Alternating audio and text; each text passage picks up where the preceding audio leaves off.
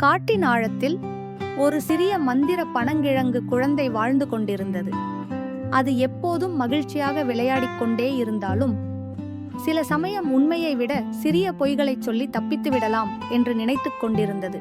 ஒரு நாள் அந்த குழந்தை காட்டுப்பாதையில் நடந்து கொண்டிருக்கும் போது காட்டின் மந்திர ஆவி அதை கவனித்தது. குழந்தை உண்மையை கற்றுக்கொள்ள வேண்டிய நேரமானது என்று அது நினைத்தது. அதனால் அந்த ஆவி பல தந்திரமான மாயைகளை உருவாக்கியது.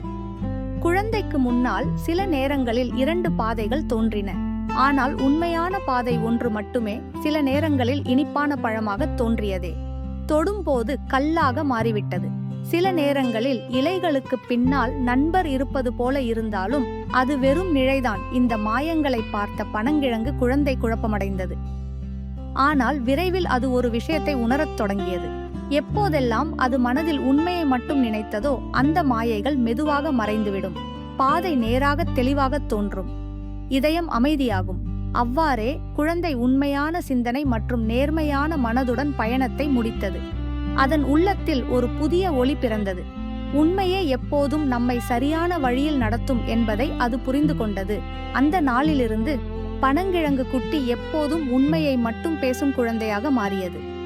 மோரல்: உண்மையே சிறந்த நெறி.